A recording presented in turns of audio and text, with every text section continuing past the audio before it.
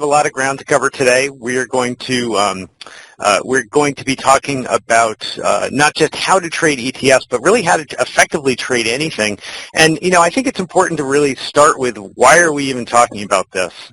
And I think that, the reason is that ETF trading is now phenomenally important in the global marketplace. This chart looks at the dollar volume and the share volume traded in ETFs versus all of the consolidated tape volume here in the U.S.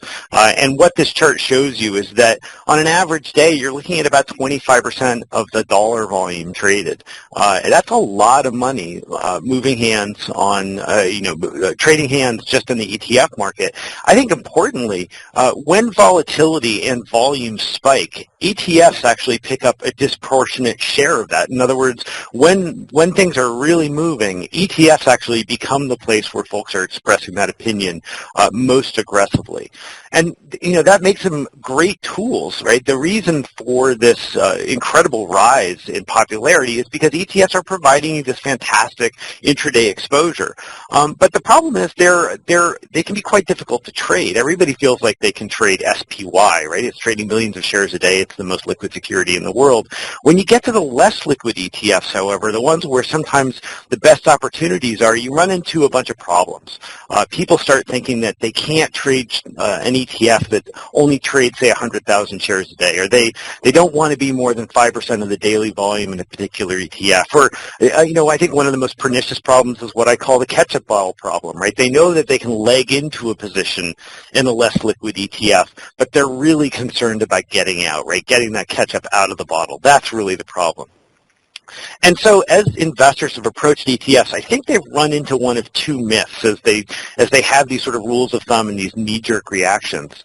Right? I think the first myth is that you can't trade an ETF unless you see a giant pile of on-screen liquidity. I call this the surface of the volcano approach to ETFs, right? So unless you see a ton of liquidity right there on the surface, right there on your level 2 screen, you have to walk away. Well, that's not really true. There are ways to access the underlying liquidity of an ETF, even if it's only trading 50 or 100,000 shares a day. The second myth, I think, is just as pernicious, and I call it the magma chamber problem of ETF trading, which is there's this belief that, well, no matter what you see on the surface, you can always access that underlying liquidity. Right? You might be in a large cap equity ETF that's only trading 20,000 shares a day, but hey, it's large cap equities. You should be able to get access to that underlying liquidity, and you don't have to worry about what you see on the screen. Well, that's not really true either. That's a problem too. Now, the cool thing about ETFs is you can actually bring both of these together, and ETFs do some really amazing things for folks that have opinions to express in a hurry or intraday as a trader, but you really need to understand what you're doing. And let me give you a couple of examples where it can go horribly right and horribly wrong, if you will. So this is a chart that I stole from our friends at Wisdom Tree, looking at DEM, their Emerging Markets Equity ETF. And this is an ETF that's trading, something like 40, 50,000 shares a day. And it trades reasonably well in those 40 or 50,000 shares. It's trading with a few cent wide spreads. And we see trades like this happen all the time. That highlighted trade you're looking at is a 200,000 share trade right at the middle of the bid-ask spread. 53.16 when it was being quoted 15 by 17. That's a phenomenal execution. Now, how do they do that? They do that because they traded smart and they were able to access that underlying liquidity directly. But it doesn't work that way automatically, right? Here's another Wisdom Tree ETF, another slide I stole from our friend Dave Abner, where we see an investor who hasn't traded a less liquid ETF very smartly. Again, this is an ETF, ALD, that's trading, 40 or 50,000 shares a day. Somebody walks in with a market order for a large block, and what do? They end up getting priced $3 over the fair price of the ETF. The market doesn't even hiccup, it comes right back down, right? That's a problem, right? This is just simply bad trading. And this isn't because ETFs are broken, it's because the person making this trade was missing some of the fundamentals about how ETF trading works. And that's what we're going to try to solve today. Let's get back to basics a little bit and talk about how ETFs trade. If you're a little new to ETFs or even to stock trading, this might be news to you, but hopefully this is just a refresher for all of us, right? ETFs trade like any other stock that trades on the exchange, right? There's a bid price, which is what something will buy your ETF from you at, and there's an ask price, which is what you can buy it from them at, right? And those prices are never the same. So you get things like what we see on the screen here, where you've got $49.99 bid and $50.01 asked, right? That's what you're going to pay to buy it. We call that difference the spread. It's generally quoted in pennies. So here we're looking at a 2-cent spread. The first thing you need to do as an ETF investor is not think about this in terms of pennies. You need to think about this in terms of percentages, right? Most ETF investors are investing for the long term. They're looking at all of their other costs in terms of expense percentages. They're looking at total expense ratio, or maybe even things like securities lending revenue coming back at them as a percentage basis. You have to think about these spreads. Hello? Dave, let me jump in. We're having a little bit of a technical difficulty with the slide. If you can hand the ball over to IndexUniverse events, they can quickly upload the slides and get that going. And while you do that, I just wanted to review those two myths very quickly. Myth one, which you talked about earlier, which I still hear people in the market talk about, and really is what we want to cover today, which is that you can't trade an ETF with less than 100,000 shares of ADV. And myth two, which means that an ETF is as liquid as its underlying. And I guess, my question to you, Dave, as you transfer those slides over, we've seen a lot of examples of people moving, 100,000, 200,000 shares in an ETF that seemingly has no liquidity. Why do you think people are having such a hard time grasping the fact that you can trade these ETFs even with the liquidity you don't see on the screen? Well, I mean, it's not easy, right? That's part of the problem, is that when you're looking at that on-screen liquidity, you don't actually get a visibility into that underlying. We'll talk a little bit later in the presentation about how you can actually measure that underlying liquidity, but there's no easy screen, right? When you're looking at your level 2 screen, what you see is what you see, and there's no magic number you see somewhere else that says, by the way, call this phone number and you can do better. Yep, absolutely. I think that's the point, and I'm getting the ball here, and I'll be able to show the slides shortly. So let me take you back over to these two slides, the elephant and knothole slide, and why don't you walk through again what you're seeing on this screen? Sure, right. So what we're looking at here is the 200,000 share trade I was talking about, and again, apologize for the technical difficulties. Here we're seeing a 200,000 share trade going through right at the bid-ask midpoint on something that was trading 53.15 by 53.17. Right, that's clearly somebody who was accessing that underlying liquidity. On the next slide, right, we see the opposite trade. We see somebody coming in and most likely just putting in a market order and not thinking about what the ramifications of that were going to be. Hugo, if you can advance to the next slide, I think you have the ball. There we go. Hopefully we can get this going now. So here we have the antithesis of that good trade, where somebody was probably assuming that they'd be able to get that underlying liquidity, put a market order in, and really got themselves into trouble. So if we go forward and we start talking about what spreads look like, when we're looking at bid-ask spreads, we are looking at that difference between, say, the $49.99 and the $50.01 to show that 2-cent spread. If you go forward to the next slide, right, the important thing to remember is that because ETFs trade at all different prices, one person's penny spread isn't the same as another person's penny spread, right? So this is looking at a handful of financials ETFs. In this case, the XLF, which is trading at a penny spread, it can't actually trade any better than this because it trades at a relatively low handle of, I think, $25 or so.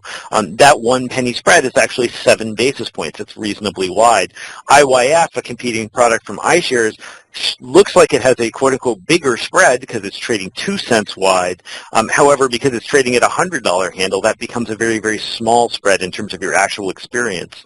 And as you can see, when you get to even smaller handles on ETFs, a penny here or a penny there can start adding up to a significant difference in your actual experience as an investor. So why don't we go ahead to the next slide? right? I think the other thing to remember is that this can really change over time and over asset class, right? In this case, we're looking at the advertised spreads for a whole variety of different ETFs, and depending on what the underlying asset class is, you should expect to pay a different kind of spread. You should expect to pay, you should expect to, you should expect to pay more in spreads for something that is, for instance, going after commodities exposure than something that's going after the most liquid securities in the world, which are U.S. equities. If we go to the next slide, I think it's also important to recognize these things do change over time. During periods of market crisis, when a particular asset class might be very volatile, we will see those spreads widen out.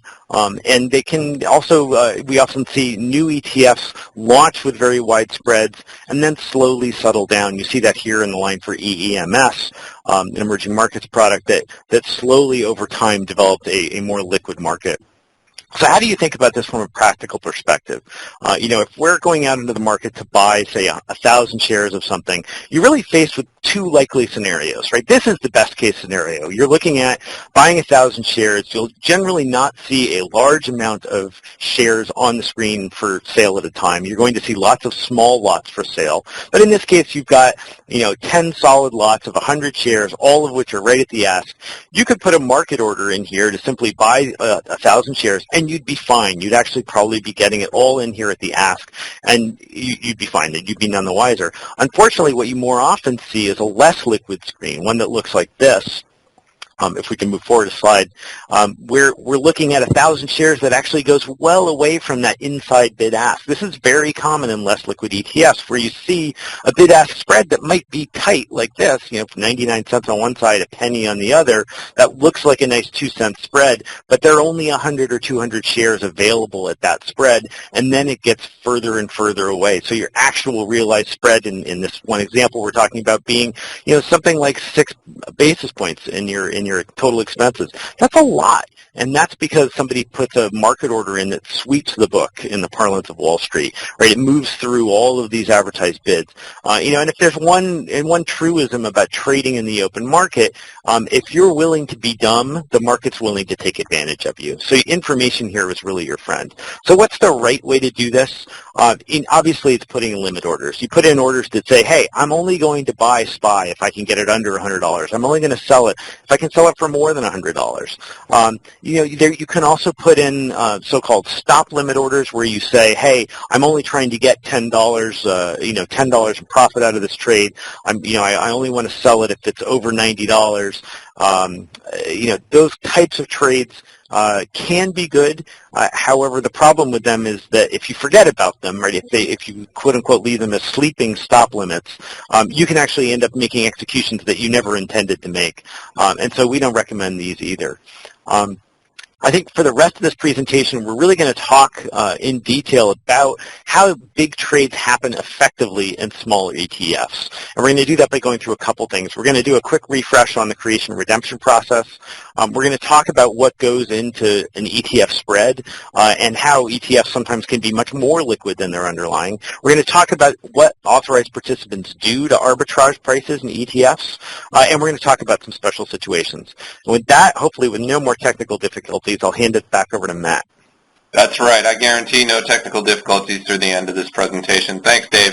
I'm going to sort of reset us and talk about the core of what we're talking about here, which is how to trade ETFs. To understand the core problem here, let's imagine an ETF that trades about 10,000 shares a day. And Dave showed a slide earlier on this, an ETF like this. And let's imagine you want to buy 1 million shares of that ETF. If it were a stock, you couldn't do it. There's no way to buy 1 million shares of a stock that trades 10,000 shares a day. But you can with an ETF. So how does that work? Well, the key to understanding how an ETF works is to understand this little figure up in the upper right-hand corner of your slide right now called the authorized participant. The authorized participant is an institutional investor who has the ability to create or destroy ETF shares to meet demand. So let's imagine that we have an ETF tracking the S&P 500. Now with a mutual fund, the way it works is you send money to a mutual fund company and they go out and buy all the stocks in the S&P 500 that they want to hold. With an ETF, it works a little bit differently. In this case, the authorized participant goes out and buys all the securities that the ETF itself wants to hold. So if the AP wants to create $2.5 million worth of the ETF, they'll go out and buy $2.5 million worth of Cisco, Apple, Caterpillar, Microsoft, IBM, all the stocks that the ETF wants to hold in the exact percentages that the ETF wants to hold them. When they have that creation basket, as it's called, put together exactly the way the ETF wants it, they'll send that to the ETF company, and in exchange, they'll get the same value in shares of that ETF. In this case, they sent $2.5 million worth of securities to the ETF company, and they got 100,000 shares priced at $25 a share from the ETF itself, which they can then go sell into the market. Now, why do they do that? Well, ETFs, as we know, are supposed to trade in fair value with what they hold. If what the ETF holds is worth $25, the ETF should trade at $25. But let's imagine that there's a massive buy order for that ETF. Let's imagine that that 1 million share buy order comes in to that ETF that only trades 10,000 shares a day. Well, for a brief period of time, the price of that ETF on the market may rise above the price of the underlying securities. So here we see the ETF trading to 25.10. The underlying securities are still worth 25 bucks. What does the AP do? They see this and they see the opportunity to profit. They instantly sell 100,000 shares of the ETF to meet that demand at 25.10 because they know that the ETF is quote-unquote overvalued. And to hedge that, they buy all the ETF holdings, all the securities the ETF wants to hold, which they can trade in at the end of the day for shares in that ETF to offset their trade. This has the beautiful effect of driving down the price of the ETF back to, say in this example, 25.01, driving up the price of the underlying securities because there's legitimate demand, and bringing that ETF share price back in line with fair value. So you can see here the AP, fortunately, makes a profit doing this. That's why they do it. The same process works exactly in reverse. If there's a massive sell order, the ETF trades down to 24.90. The authorized participant will jump in and buy 100,000 shares of that ETF, and they'll then go out and sell the underlying securities to create more shares. It's a beautiful system. It keeps ETFs trading in line with fair value, and because the AP can always create or redeem more shares, you can put a trade on for 1 million shares in an ETF that only trades 10,000 shares a day. Or you can sell 1 million shares in an ETF that only trades 10,000 shares a day because the authorized participant can always tap into these underlying holdings. And that's what happens here with the authorized participant, again, making a risk-free arbitrage profit. With that, I'll turn it over to Hugo Egbeniki to talk about spreads in the ETF market. Thanks, Matt. Actually, I think I'm grabbing this part, aren't I? Oh, okay. With that in mind, let's talk a little bit about what this means for those spreads, right? Thinking about creation redemption. So let's imagine that we're working with the simplest ETF in the world. It holds 6 stocks, in different weights, and each one of those individual stocks that AP is going to have to go out there and buy and sell has its own bid and ask. So at the top of the list, you've got something like Apple, which you can imagine, it trades phenomenally well and trades with tiny, tiny spreads. And say on the other end of our little technology ETF here, we have RIM, which is trading at substantially wider spreads, right? So you would assume that this is what sets the base case for spreads, right? You're never going to do better than this because this is what the AP has to experience themselves when they go out and buy or sell. And there's a whole bunch of other things that get layered into that spread too. Right, we have to look at things like the fees that AP is going to have to pay. And in fact, there are explicit checks that have to be written from those authorized participants to the issuers for the privilege of showing up and doing that creation and redemption. So it can be as little as a few $100s. It can be several $1,000s that they'll have to write a check to the issuer in order to be able to do those creations and redemptions. So you would assume that you would never really do any better than that underlying bid ask for those stocks, for Research in Motion and Cisco and Facebook. But the reality is you actually do much better in most ETFs. If you look at the underlying spreads for some very popular ETFs like say SPY or IWM, those underlying spreads, even in something like SPY, are still bigger than the underlying spreads in SPY itself, right? You look at something like IWM, which is tracking small cap stocks, the iShares Russell Fund. The average underlying spread on the securities it holds is 36 basis points, yet IWM trades all day long with 1 basis point spreads. It simply couldn't be any more liquid. So there are a couple of things at work here. One is that this isn't true all day long. As you might expect, on the open, at the opening bell, not every security has a trade on the books. So, for instance, this is looking at the iShares Growth ETF, IGV, and this is just an average over a period of time ending in October. And what we did here was we looked at the average spread of all the holdings inside IGV and IGV itself over the course of the average trading day, and I believe this was a 1-month window we used here. And as you can see, right at the open, there's actually a very wide spread in that basket of underlying securities. Well, why is that? It's because a lot of these individual stocks didn't even trade yet. So you're dealing with stale prices. Nobody's actually making an efficient market until the market's been open for a little while. You see that plummet towards 10 o'clock and really steady out through the end of the day. And then at the close, all bets are off as people head off to the Hamptons for the day and they walk away from their trading terminals and stop making an effective market. And during the course of the day, the underlying securities and the ETFs start getting very, very, very close, right? That underlying spread really starts compressing. But early on in the day, there's actually more interest in trading IGV than there is in trading these underlyings. That interest means there's a lot of competition, there are a lot of buy and sell orders on the books, and in fact, you can do better with IGV than you can with the underlying. And in fact, this is how most ETFs trade. There's this band between what would it cost to buy all the securities, that NAV ask at the top, what would you get if you sold all the securities, that's that NAV bid line at the bottom. And in fact, most relatively liquid ETFs trade within that arbitrage band all day long. There's enough competition to keep things moving. And that's really the experience for most ETF investors. But spreads really aren't the only thing you have to think about. One thing that I think a lot of investors miss is that when you go into a particularly a less liquid asset class, something like, say, muni bonds, or in this case, microcap stocks, how the basket is constructed itself can have a big impact on how liquid you're going to be and whether or not you're actually going to be moving the market. So one of the things we look at in our IndexUniverse analytics tool is something we call underlying volume per creation unit. And what that does is it looks at the actual portfolio the AP would have to buy and sort of asks the question, if I'm going to roll up this basket of securities, how much of all these underlying stocks am I going to be on that day? So in this case, we're looking at microcap stocks, and you can see that with a product like IWC, which is a very popular fund here in this space, you're going to be 38 basis points of all those underlying stocks in order to do a creation unit.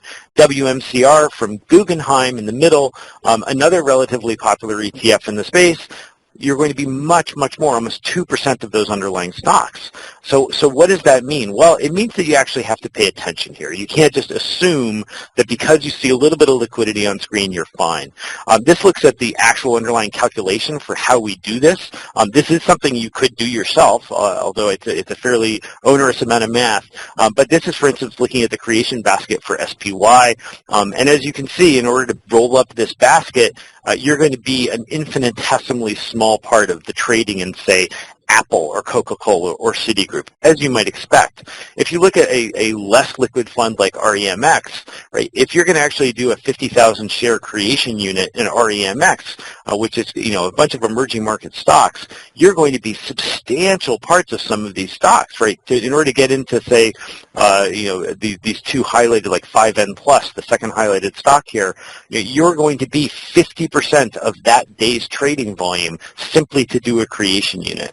What this means is even if you see liquidity on screen of, say, 10,000 shares, where you can maybe get a few shares traded fairly, in order to show up and do anything in size, you should expect that you're going to move the market because, in fact, you're going to be the market. So how do you wrestle with this ecosystem? Let's go ahead and skip to the next slide.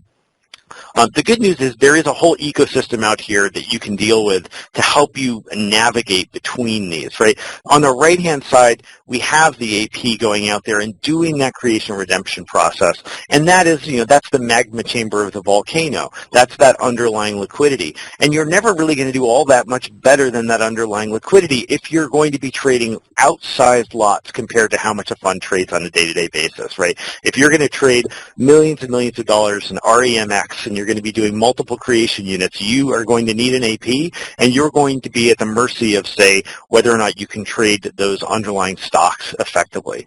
All the way on the other side, on the left side of the screen, you've got that exchange liquidity that's available.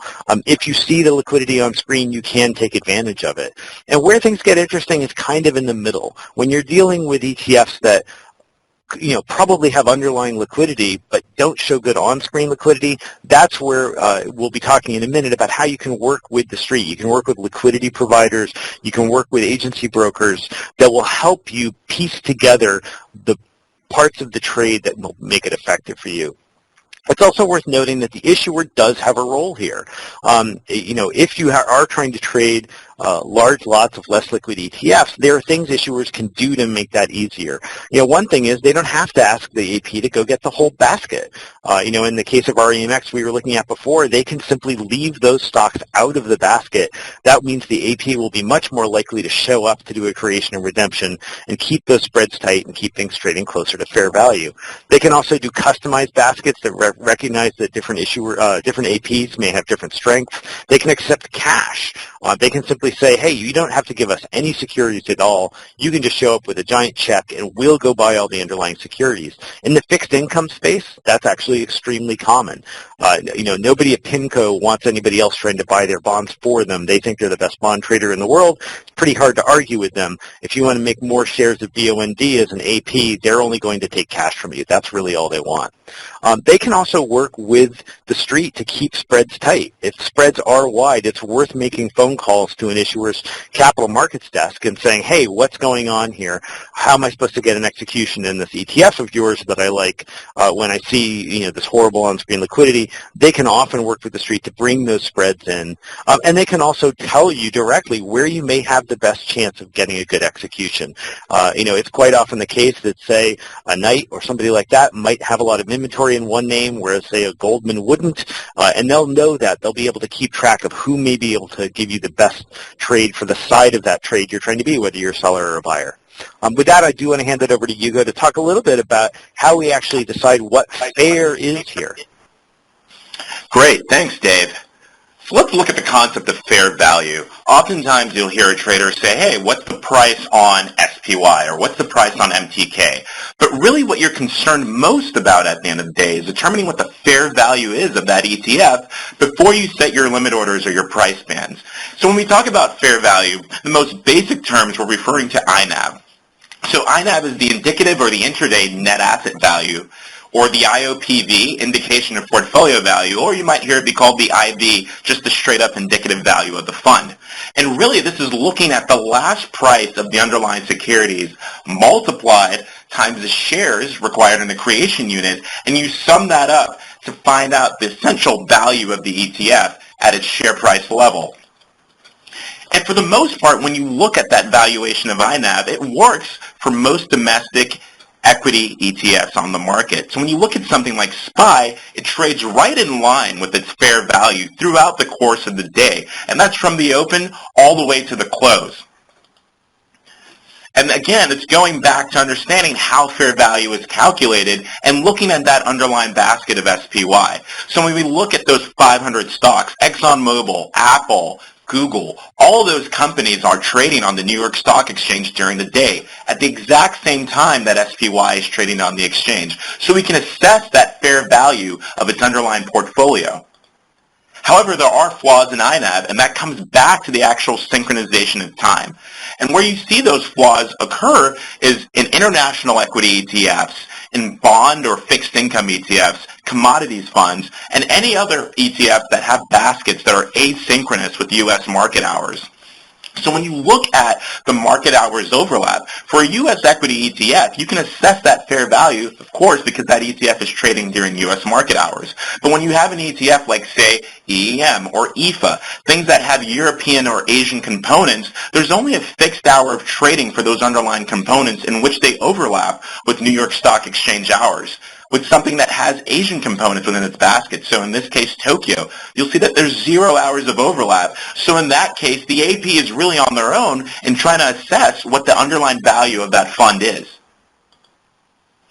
So here we have an example with MTK and looking at its underlying basket. As you can see here, we have VMware, Texas Instruments, Seagate Technology at the top, but all those are priced in USD, and for the most part, they all trade on the New York Stock Exchange or the NASDAQ.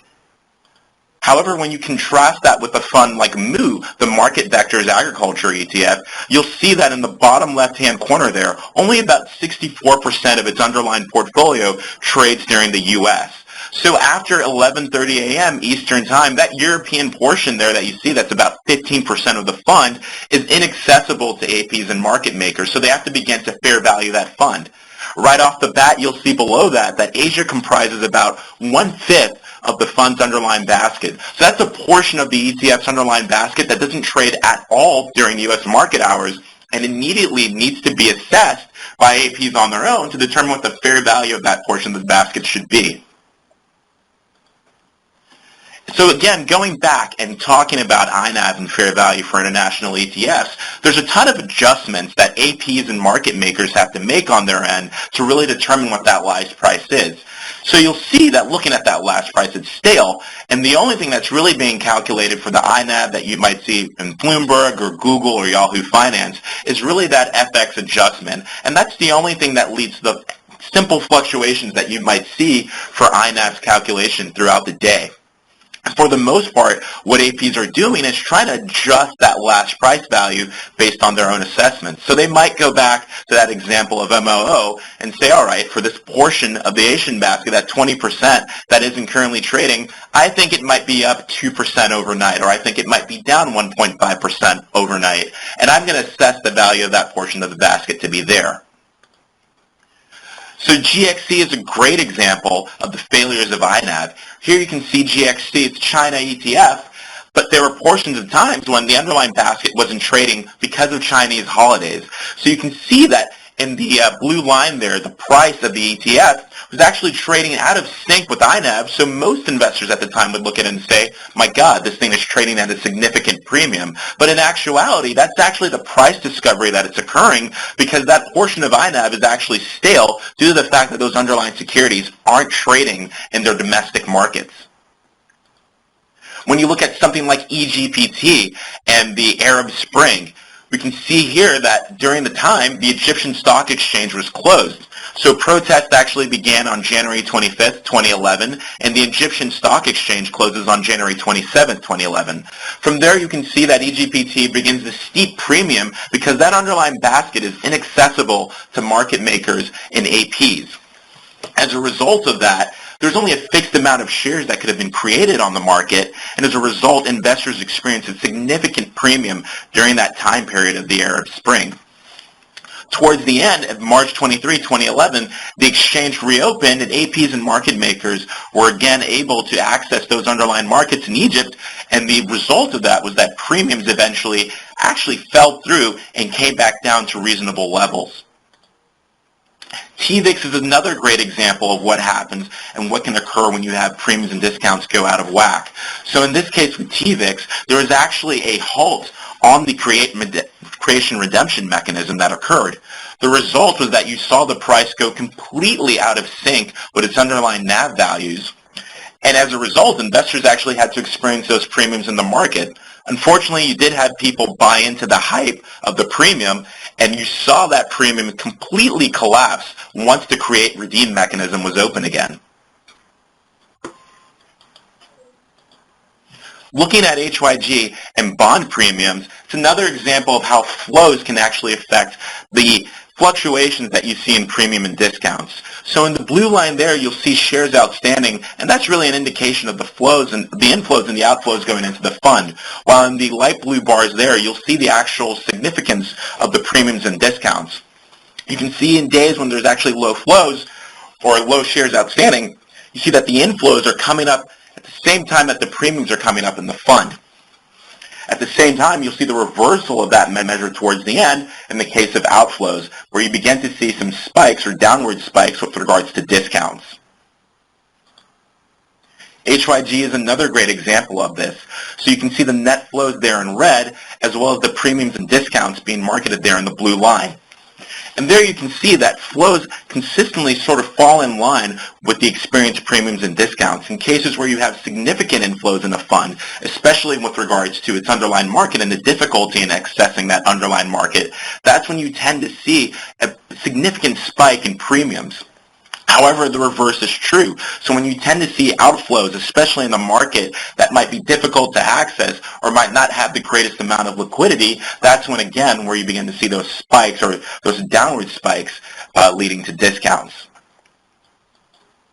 So with that, I'll hand it off to Matt, and let's talk about executing trades. All right, so we're going to get down to brass tacks here and talk about how you can execute your ETF trades better to make sure you get both a fair price and a good price. So the way we see it, there are really sort of three main options for advisors. You can be entirely self-directed, you can be internally assisted, or you can trade away. And the choice of which one you do has to do with what kind of trade you're making and what kind of trade your custodian or broker will allow you to make. And we'll just walk through that right here.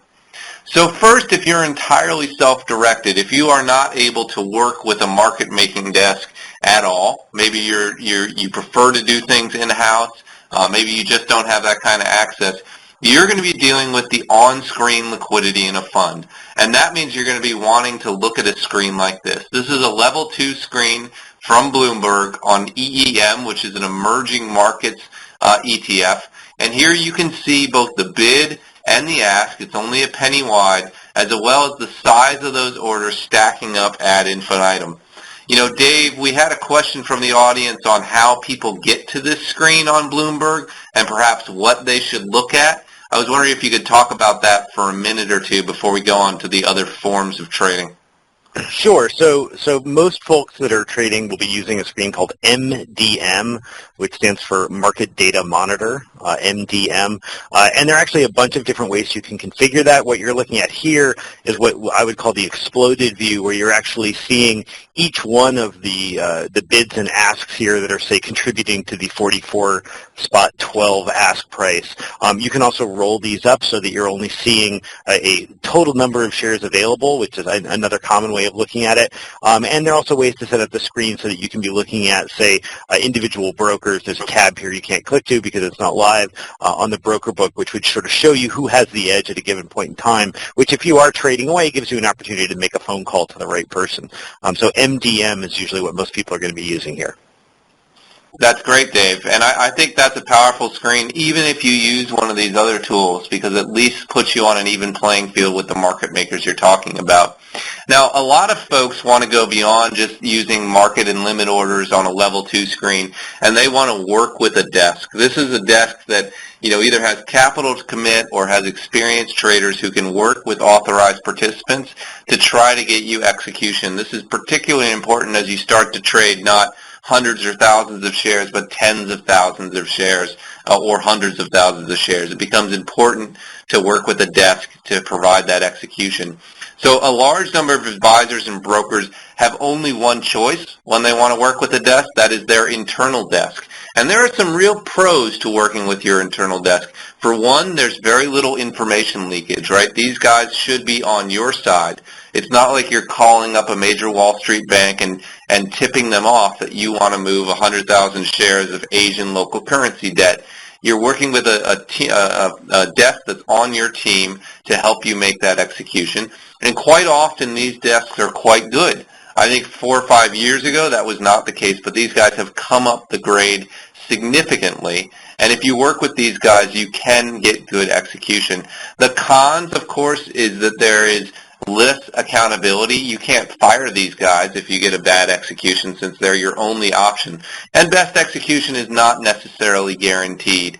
If you're working with the full slate of market makers and you get to choose and you get to ask for post-trade analysis and you get to determine who is the best source of liquidity for you, there are advantages to that competition too. And that's really the third thing, trading away. So when we say trading away, for advisors who don't know how to do that, that's where you call up a market maker, authorized participant, or agency brokerage and ask them to execute trades on your behalf. You'll have to sign paperwork with them. It usually can be set up inside one day, allowing them to make those executions, and they'll typically charge you a small commission, say a penny or share or something. There are really two kinds of firms that you trade away with, market makers and agency brokers, and we'll just run through them quickly so you can understand what the difference is. So market makers are large banks like KCG or Goldman Sachs or Societe Generale, and they will have market making desks that have extraordinarily sophisticated software that help them price ETFs. So we talked earlier about how we would calculate the spread on an ETF and how we would adjust for fees and custodial fees and foreign transaction costs and all those things. Well, these APs and market makers have that kind of software on their desk. This is a snapshot of the software that Goldman Sachs uses to price ETFs, and they'll incorporate everything about how the ETF's underlying securities are trading, as well as the bank's own particular slant on that market, what direction they think they're going, and whether or not they have any of that ETF in inventory that they may want to unload. So you can get different quality quotes from different APs or market makers, but basically they're willing to trade either on risk, meaning that they'll take some risk onto their books to execute that trade for you, or they're willing to do creates and redeems on your behalf with the issuer, in which case you'll just pay the cost of doing that create and redeem. So that's one option. The other option is the agency broker, and this is like having a friend who's willing to call all the APs and market-making desks on Wall Street to get you the best quote. So the way this works is you'll call up a firm and say, I need to buy 100,000 shares of an Asian local currency debt ETF. And they'll go out into the market. They won't tell the market that you want to buy 100,000 shares because the market would probably push up the price on you. Instead, they'll ask 5 or 6 people, give me your best bid and your best offer to buy or sell 100,000 shares of this ETF. And they'll cobble those orders together, and the best bid may be from one firm and the best offer may be from another firm. And then if you tell them you want to make the trade, they'll execute that trade through that broker on your behalf. So the advantage of this is you get multiple parties competing for your exposure, and the agency broker is truly just working on your behalf.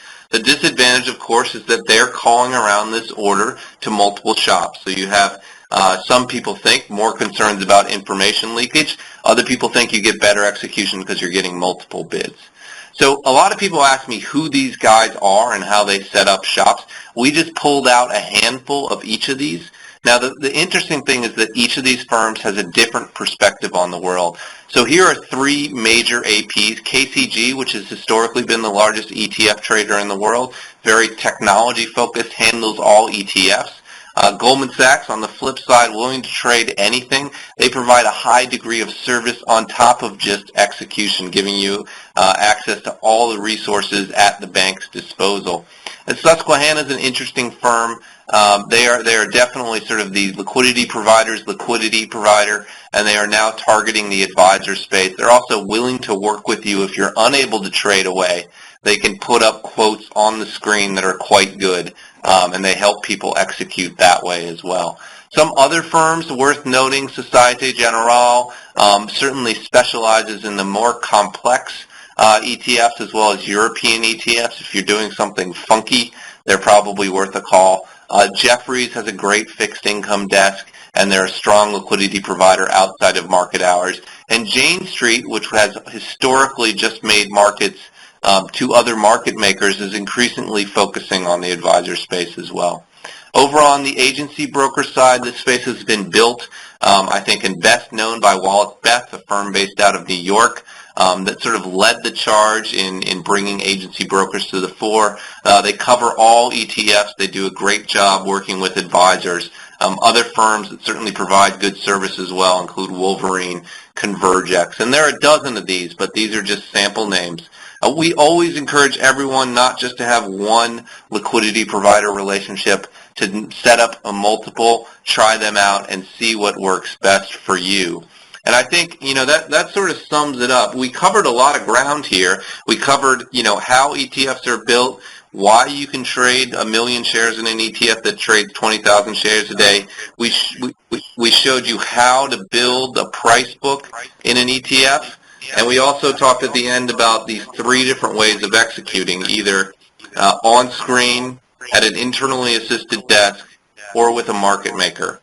And from here, I'd like to open it up for questions. I'll remind you that you can enter your questions into the lower right-hand side of your screen at any time. And my first question, which came from the audience, which I'll toss out to you, Dave, is how much do we see people trading ETFs? It's an impossible question maybe to ask, but the specific question was, what's the average time an ETF is held by an investor, which I think opens up interesting stuff about how these funds are being used. Right. Yeah, I mean, it is a little bit impossible to say. You can look at things like the dollar value traded in an ETF versus its assets under management, the classic turnover figure. But I think that can be somewhat misleading too. If you look at even just large stocks like, Apple or Cisco, and how much of those change hands on any given day, it would lead you to believe that, say, nobody holds Apple for more than a week. That's obviously not true. There are many people who hold Apple for very long periods of time. And of course, Apple is owned inside ETFs and mutual funds, which effectively never sell it. I think what we have seen is some fracturing in the ETF market where there are products and whole ecosystems in place now for ETF traders, and there are whole products and systems in place now for ETF investors.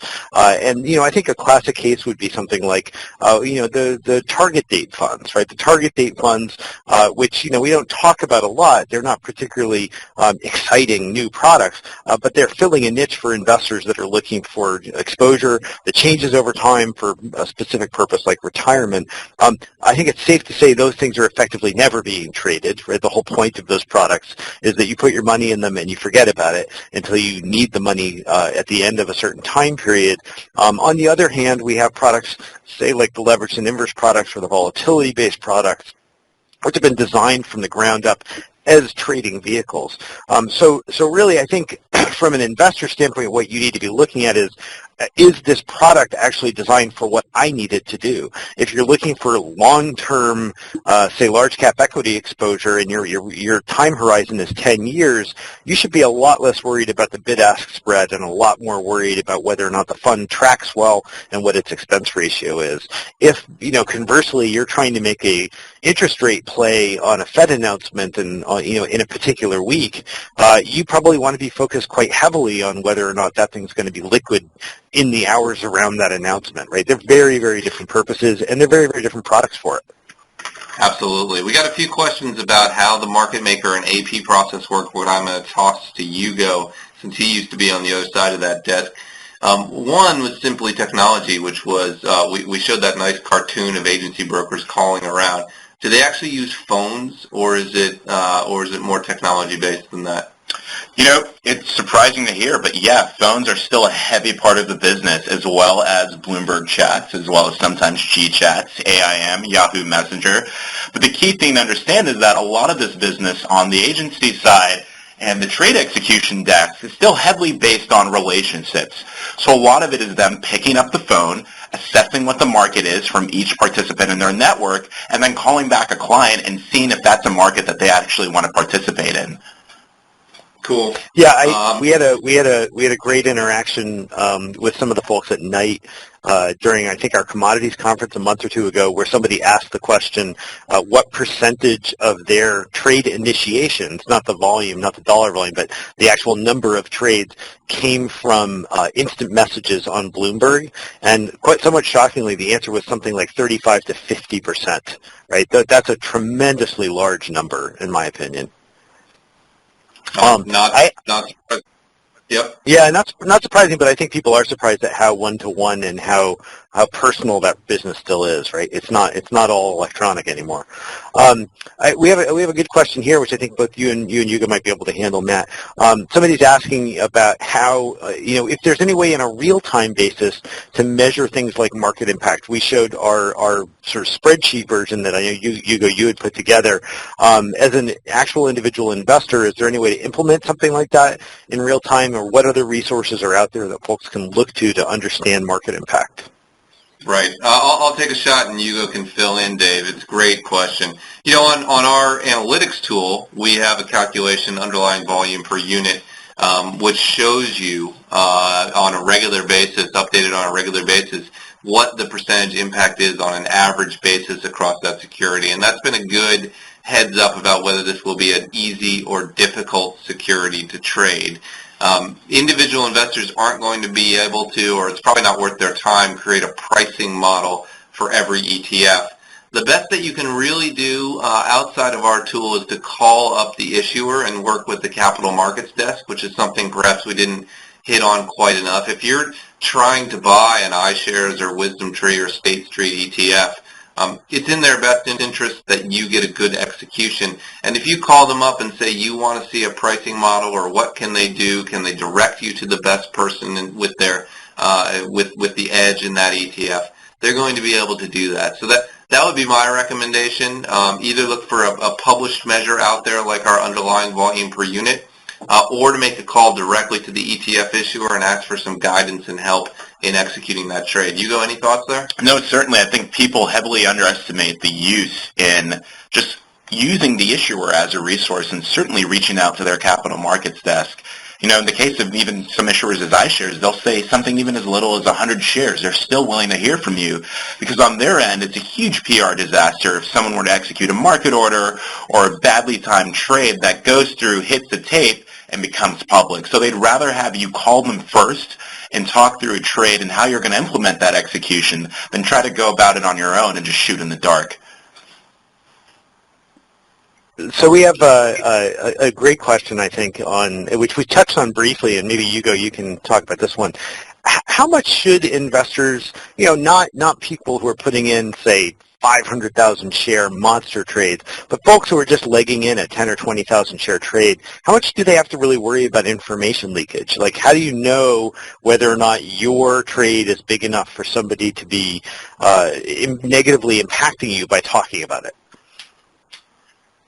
I think the key is just always staying safe, right? Because you never know what's going on in the market with regards to the ETF that you're focusing on and who has what risk at hand. So you might look at 10,000 shares and say, hey, this is relatively small. I don't believe that I might be gamed. But depending on the risk that another market maker or another party in the market for that particular ETF might have, it might be information that's suitable for them. It might be information that they might want to use to actually close out a creation unit or redeem a fund.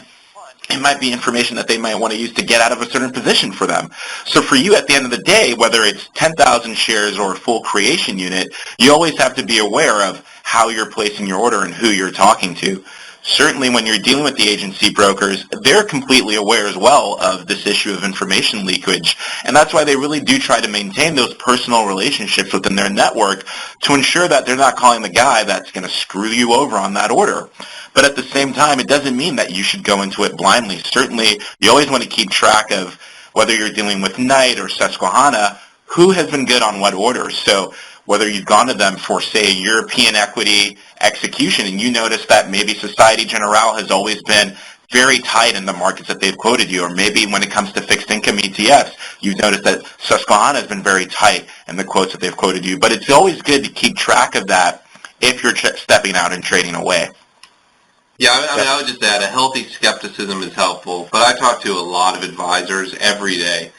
For most of them that do work with an outside party, it's a little bit like the scales falling away from their eyes. For the most part, they have extraordinarily good experiences and better experiences than they have on their own. Certainly better experiences than if they're just blindly entering market or even limit orders with no real understanding of where the ETF is. So, yes, be skeptical. Yes, ask for post-trade analysis, right? Definitely. Make sure that the trade went off right. But don't be so afraid that you don't contact these guys, because I think they can add value. I have one more question for Dave, which came in on the Q&A box, which is this. So for an advisor who does not do a lot of trading, is it better to trade early in the day, late in the day, middle of the day? Are there any times you would avoid? Yeah, we've done a lot of studies on time of day to trade, not time to trade, which means something different. There are a few rules of thumb. One is you really never want to be on the open or the close. That one is just absolutely a truism. Now, it's certainly the case in the most liquid ETFs. Yeah, you're probably gonna be fine if you put a close order in on SPY. You might get a penny off what you expected, but you're not going to get taken. For anything with any liquidity challenge, however, the core of the trading day is really where you want to focus, sort of 10:30 to 3. Right? That's where the most liquidity tends to be in ETF after ETF that we've done studies on. That window of 10:30 to 3 seems to be the best. Occasionally, we see hiccups around lunch, which I know sounds silly in this day and age. But we have seen some particularly illiquid ETFs where you see sort of a 12-to-1 widening. Generally, that's in an ETF where there's only one lead market maker, and so they just get a little bit less focused during that period of time. Maybe they hand it off to an intern. I don't know. But generally, the middle of the day team tends to work. I would point out that if you're looking at ETFs that own underlying securities other than U.S. equities, trying to overlap that underlying market is almost always a good idea too. So if you're trying to trade a bond ETF, right, the core of the bond market again is open mostly in the middle of the day. It doesn't quite have the rigid trading hours. It's mostly an over-the-counter market, but that's definitely the case. Commodities, depending on which commodity you're looking at, they can start later trading than equities. They often finish earlier than equities. So again, try to look at the overlap to that underlying market. And if you're trading something, for instance, that's in European equities, you're going to be way better off in the beginning of the day where you actually have a live market in Europe than if you wait till, say, 3 o'clock in the afternoon when everybody's gone home for dinner. I absolutely think that's true. But again, I'll just echo what you said. The beginning and end of the day are disasters. Just don't even look at trading, until the market's been open for 15 minutes and walk away from your screens at 3:45. There be dragons otherwise. Dave, just a closing question to both you and Hugo. If you had one pithy piece of advice to give people who are thinking about improving how they trade ETFs, what would you tell them? Oh, it sounds a little Pollyanna, but don't be afraid to ask questions. And by that I mean, don't assume that you won't get a response if you call, say, the iShares Cap Markets Desk or the State Street Cap Markets Desk or, even the Emerging Global Cap Markets Desk, right? They are there to make sure you have a great experience with their products. They can be phenomenally helpful. And in this one case, your interests are perfectly aligned with theirs. So don't be afraid to make that phone call to a capital markets desk if you've got a trade that you think is a little bit out of the ordinary for you. Absolutely. I have to agree with Dave and just echo what he said.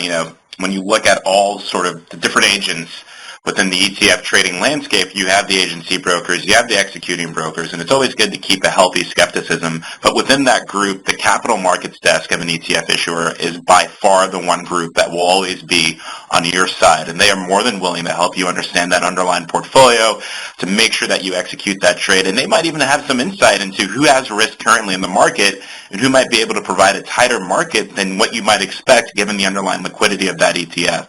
So they are definitely by far the number one resource to utilize. Great. And my pithy comment is don't use market orders. With that, I'd like to thank Hugo Egbeniki and Dave Nottig, my colleagues here at IndexUniverse. I'd like to thank all the attendees for listening in. I thought this was a great session. If you would like the slides, the best way to get them is to email us at analysts@indexuniverse.com. That's analysts@indexuniverse.com. We'll be sure to send the slides right out to you. I know you guys are busy. I appreciate you taking an hour to speak with us. We hope to hear from you again and talk to you again on a future Index Universe and Financial Advisor Magazine webinar. Have a great rest of your day.